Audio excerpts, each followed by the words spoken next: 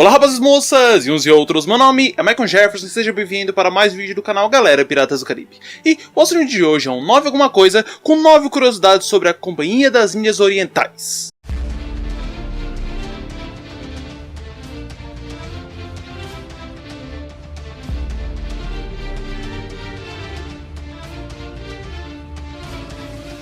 Desde já eu peço a você, se inscreva, curta, comenta, compartilha, marca os amigos, ajuda o canal a crescer. E eu venho lembrar que esse é mais um vídeo do Marcha da Companhia das Índias Orientais, onde eu tô falando sobre a companhia, só que, claro, muitas vezes cercando ali o Lord Cutler Beckett. Isso porque ele é um dos representantes que mais aparece da companhia. Depois dele, só o Mercer, acredito. Então muito do que eu falo realmente, é a companhia, mas tá falando mais do Cutler Beckett. Sim, porque ele é um dos representantes majoritários. Mas aquela questão, existem 9 coisas que vocês não sabem? Talvez se vocês não assistiram os outros vídeos, sejam 5, sejam 4, sejam 8, não sei. Mas dependendo da questão, eu acredito que você pode não saber 1 ou 2, ou talvez até as 9 coisas que eu vou estar falando nesse vídeo. Então eu peço a você, deixe nos comentários o que desse vídeo você não sabia. E considerando que eu gosto de falar bastante, que são 9 pontos que eu vou ter de falar um pouquinho sobre cada um para que o vídeo não fique tão longo, abrimos as velas, recolhemos a âncora e já vamos para o vídeo. E número 9, eu gostaria de deixar isso que ficou meio que implícito no filme, implícito nos livros, mas quem pegou o livro, quem pegou o filme e começou a analisar toda a situação realmente conseguiu perceber. Sim, o Cutler Beckett, pelo que a gente vê nos filmes, pelo que a gente vê nos livros, pelo que a gente acaba percebendo na conversa entre ele e o Jack, pela forma como ele acaba se demonstrando, pela forma como o Jack acaba se demonstrando também próximo dele, a gente pode dizer sim que o Cutler Beckett amava o Jack. E nessa hora tem gente falando, não pode ser. Mas sim, eu já fiz um vídeo aqui onde eu falava que o Cutler Beckett amava o Jack. E talvez, dentre todas as coisas que o Jack deixou, a marca que ele deixou no Cutler Beckett, dentre todas aquelas coisas, a falta de um navio, a fama corrompida, por causa que ele acabou levando, ele precisava levar uma carga de escravos e ele acabou não levando, acabou rompendo com o acordo dele, foi lá, devolveu os escravos, fez de tudo, acabou com a honra do Cutler Beckett perante algumas pessoas da Companhia das Índias Orientais. Dentre tudo isso, eu acredito que sim, a marca que o Jack deixou no Cutler Beckett foi um coração partido. Isso porque, da história do Cutler Beckett, as únicas pessoas que ele teve proximidade foi, primeiro, aquele cara que estava tentando ajudar ele, mas que na verdade estava se aproveitando dele para estar conseguindo algumas coisas um pouco melhores. Como, por exemplo, cargas de escravos mais baratas, viagens mais fáceis, ou até mesmo ajudas, e depois oferecia para ele uma ajuda possível para que ele pudesse se tornar um cargo cada vez mais alto da companhia. Segundo, o Mercer, mas isso porque ele tinha um cargo um pouco diferente para o Cutler Beckett. Ele era o braço direito e fazia algumas coisas que eu vou estar também falando nesse vídeo, mas já falei em outros vídeos. E o terceiro, que a gente vê que o Cutler Beckett possui uma certa proximidade, é da corte, é alguma coisa assim? Não! É o próprio Jack. Ele chegou a mandar que o pessoal da casa dele pegasse o Jack, desse um banho no banheiro dele, na banheira dele, na casa dele e desse roupas novas para um novo marinheiro. Então, pela forma que o Cutler Beckett acaba agindo ali com o Jack, pelo que a gente acaba conhecendo sobre ele, sobre a história dele, sobre o que ele fez no passado e tudo mais, eu acredito que sim, a marca que o Jack deixou no Beckett foi um coração partido. E sim, o Beckett amava o Jack. Essa era pra chegar com o supetão, mas vamos lá. Em 8º lugar, a gente tem que lembrar que o Beckett, na sala dele, lá em Port Royal, a gente percebe que ele possui um gigantesco mapa na parede. Tem quem diga que aquilo ali era uma coisa do governador, que o governador tinha aquela sala e que aquele mapa gigantesco na parede era o mapa do governador. Mas, segundo algumas pessoas que estavam por trás ali das câmeras, que estavam por trás de todo o ambiente, de construir o ambiente, do figurino, os objetos e tudo mais, aquele mapa em questão era um mapa que o próprio Cutler Beckett mandou pintar na parede para que ele pudesse estar verificando a questão das colônias. Ou melhor dizendo, os domínios que a Companhia das Índias Orientais conseguiria estar alcançando. Dessa forma, qualquer navio que chegasse ali e falasse, ó, a gente chegou naquele local, fez isso, isso, isso, conversou com aquele pessoal e agora a gente tá com uma rota com aquele pessoal lá. No mesmo dia ele mandava que atualizasse aquele mapa, que pintasse ali por cima, que ajustasse ali, para que cada vez mais ele pudesse ter controle de todas as colônias da Companhia das Índias Orientais, de todos os domínios da Companhia das Índias Orientais, de todas as negociações da Companhia das Índias Orientais, de tudo que poderia a Companhia das Índias Orientais fazer pelo globo terrestre. Então sim, aquele mapa gigantesco na parede foi pintado em pouco tempo. E quando eu digo pouco tempo, é o tempo em que o Cutler Beckett estava ali até ele chamar o Will para estar indo na sala dele. Por isso que o tempo todo tem alguém lá pintando pontinho por pontinho do mapa. É porque está atualizando o mapa. Em 7º lugar, eu gostaria de trazer a ideia de que o Mercer, ele era apenas um dos espiões. Sim, como eu já falei em outros vídeos, e volto a falar agora com essa questão, com essa curiosidade, o Cutler Beckett ele possuía diversos espiões espalhados por todos os portos possíveis. Dessa forma, ficava mais fácil dele estar sabendo informações confidenciais em certos pontos, dele estar sabendo ou estar monitorando alguma navegação que ele não quisesse que fugisse do controle dele, ou até mesmo acabar com alguém sem levar a culpa. Então por isso ele possuía diversos espiões espalhados por diversos portos. Tinha em Tortuga, Singapura, Port Royal, na Inglaterra, provavelmente até na Espanha. Ele tinha espiões espalhados por todos os pontos. Dessa forma ficava mais fácil dele observar. Um dos que é mais lembrado é o Mercer, mas existe um outro que foi tão importante quanto. Esse, no caso, ele estava no barco do Jack sem que o Jack soubesse que ele era um espião. Ele estava lá, se eu não me engano, como um carpinteiro.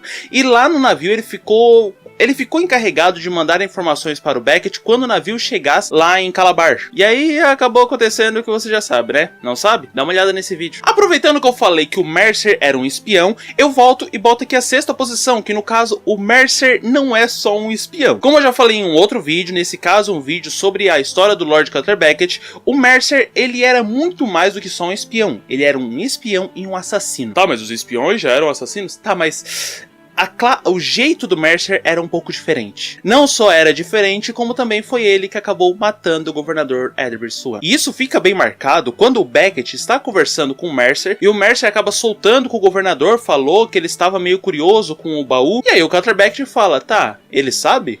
Então talvez a utilidade dele não seja mais tão útil assim, vamos dizer. Aí parte das tropas que estavam no navio vão até o holandês. Saindo do holandês, o governador volta junto com o Cutler Beckett, com o Mercer e com mais alguns guardas para o Destemido. E aí naquele momento ali, no momento de distração, é bem provável que ele tenha executado da forma mais rápida e silenciosa possível. De forma que até mesmo os soldados acreditavam que o governador estava vivo. Porque o pessoal achou que ele estava só escondido. Mas não, ele já tinha partido pro baú de David Jones na volta para o Destemido. Então sim, vocês acabam me perguntando muito, como que o Kraken morreu? Quem matou o Kraken? Mas o governador foi o Mercer e vocês nem perceberam. Em quinto lugar, eu gostaria de trazer uma inutilidade naval. Isso porque a gente percebe que o Destemido é um dos navios que mais possui canhões em todo o filme, se não o navio que mais possui canhões. E teve um momento onde ele poderia simplesmente ter utilizado todos os canhões e acabado com o Pérola Negra. Mas não, o Cutler Beckett quis o Pérola Negra para ele, não queria que o navio fosse estragado e não queria isso. Só que se eu te disser que se você voltar e analisar todo o filme, e eu fiz uma análise meio que mental de todo o filme, o Destemido só disparou, durante os 2 filmes que ele apareceu, um canhão. E adivinha? Não foi um canhão disparado contra outro navio, não foi um canhão disparado contra alguém de outra tripulação, não foi um canhão disparado para cima, não.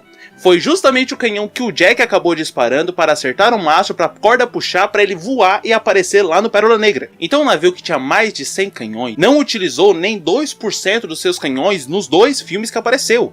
Era uma gigantesca potência, era uma fortaleza sobre as águas, era uma arma ambulante, mas só disparou um canhão para que uma pessoa fugisse. E não era nem a pessoa da tripulação. Eu posso até ter deixado um canhão escapar, mas por favor, vai lá, reassiste os 2 filmes, depois volta nesse vídeo e fala se não foi só aquele canhão que o Jack acabou disparando em Piratas do Caribe 3, que foi o único dos 100 e poucos canhões que foi utilizado para disparar. Em quarto lugar, eu gostaria de estar trazendo uma coisa que ficou como um easter egg em Piratas do Caribe e que algumas pessoas não entenderam, tá? Por que aquela ali, por que aquela coisa tá ali? E sim, é a lata que aparece na Ilha dos Pelegostos em Piratas do Caribe 2. A ideia daquela lata ali é bem mais complexa do que a gente pode estar pensando, simplesmente esqueceram ali. Não! Vamos lá. A Companhia das Ninhas Orientais, como eu já falei em um outro vídeo, ela tinha o costume de estar tentando fazer colônias, diversos povoados em diversos lugares, para que ela conseguisse extrair recursos e assim estar enriquecendo, estar começando um comércio cada vez maior. Dessa forma eles acabavam também invadindo vilarejos, invadindo ilhas, invadindo povoados de nativos, e eles escravizavam os nativos e faziam eles ir lá e recolher tudo que eles precisassem daquele local. E aí qual é a questão que é um pouco mais complexa que eu quero dizer? É perceptível que na própria ilha existem muitos crânios, existem muitos dedos, existem muitos ossos, existem muitas madeiras, existem muitas coisas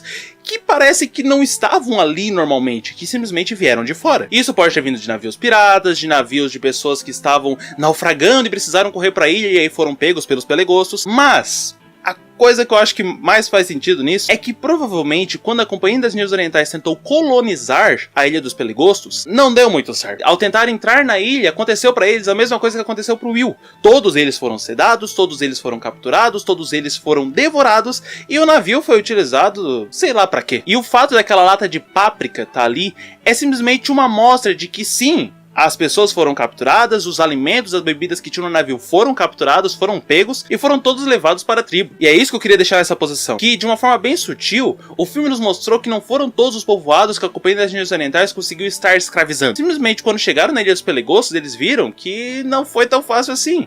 E acabaram perdendo diversos homens. Em terceiro lugar tem a questão das peças de 8. As 9 peças de 8. As peças dos Lords Piratas. E que o Cutter Beckett achava que realmente tinha elas. Quando é dito peça de 8, muitas pessoas que entendiam ali de navegação, que entendiam das moedas antigas, sabem que peça de 8 na verdade era um tipo de moeda. Tipo euro, dólar, real, libra e assim vai. Acontece que existem diversas moedas, existem diversos tipos de moedas. E quando o Lord Cutter Beckett escutou a ideia de que os Lords tinham 9 peças de 8, ele acreditou realmente que eram 9 peças de 8, que eram 9 moedas daquelas que aparecem no filme. E dessa forma ele achava que aquelas 9 peças de 8, aquelas 9 moedas que estavam na frente dele na mesa, poderiam representar uma coisa muito importante para os Lords Piratas. Quando na verdade o que os Lords Piratas se referiam às 9 peças de 8 eram 9 peças que eles tinham em seus bolsos e que aí disseram que aquilo seria uma preciosidade, seria tão valioso quanto se fosse uma moeda. E a ênfase que é dada para aquela moeda que o garoto está segurando enquanto ele canta a canção da Corte da Irmandade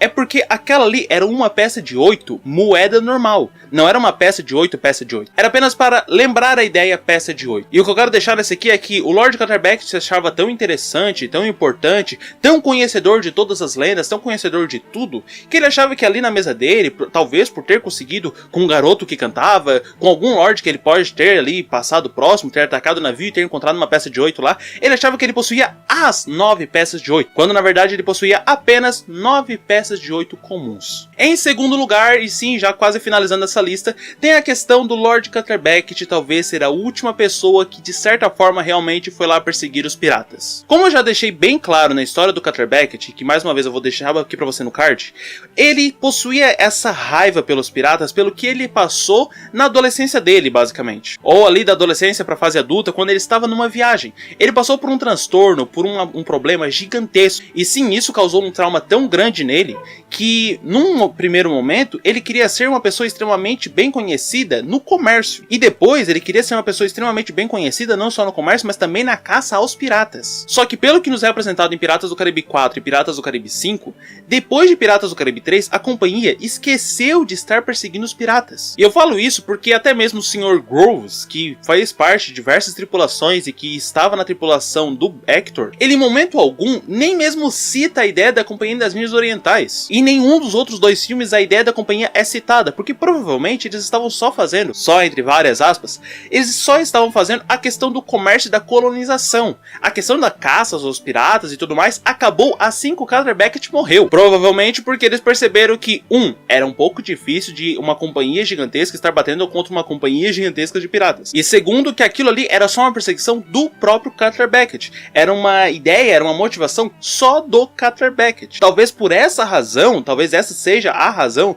que fez com que as pessoas que acabaram pulando no navio, fugindo no navio, nem todos eles, de certa forma, foram condenados. Como o Sr. Groves, que eu já falei, ele conseguiu novamente um cargo de extremo respeito na corte inglesa. E em primeiríssimo lugar, eu volto a dizer, eu já falei isso quando eu falei que o Cutter Beckett mandou o Davy Jones matar o Kraken, e aí eu chamei o Cutter Beckett de burro. Depois eu falei quando ele foi lá e achou que eram as 9 peças de 8 que ele possuía na sua mesa, mas eram apenas 9 peças de 8 quaisquer. Mais uma vez eu chamei ele de burro. Quando ele ficou parado, sem atirar, sem fazer um monte de coisa, eu também mais uma vez chamei ele de burro. E volto a falar isso quando em momento algum ele perguntou para o Davy Jones, que era a pessoa mais antiga ali, que talvez fosse a pessoa que mais conhecesse ali a corte dos irmãos, que foi a pessoa que ele descobriu que tinha ali um certo laço com a Calypso e que talvez esse laço poderia estar levando alguma conexão entre o Davy Jones e a corte da Irmandade. Ele em momento algum perguntou como que foi formada a corte da Irmandade. Ele em momento algum perguntou como que poderia estar chegando no local onde eles acabaram iniciando a primeira corte.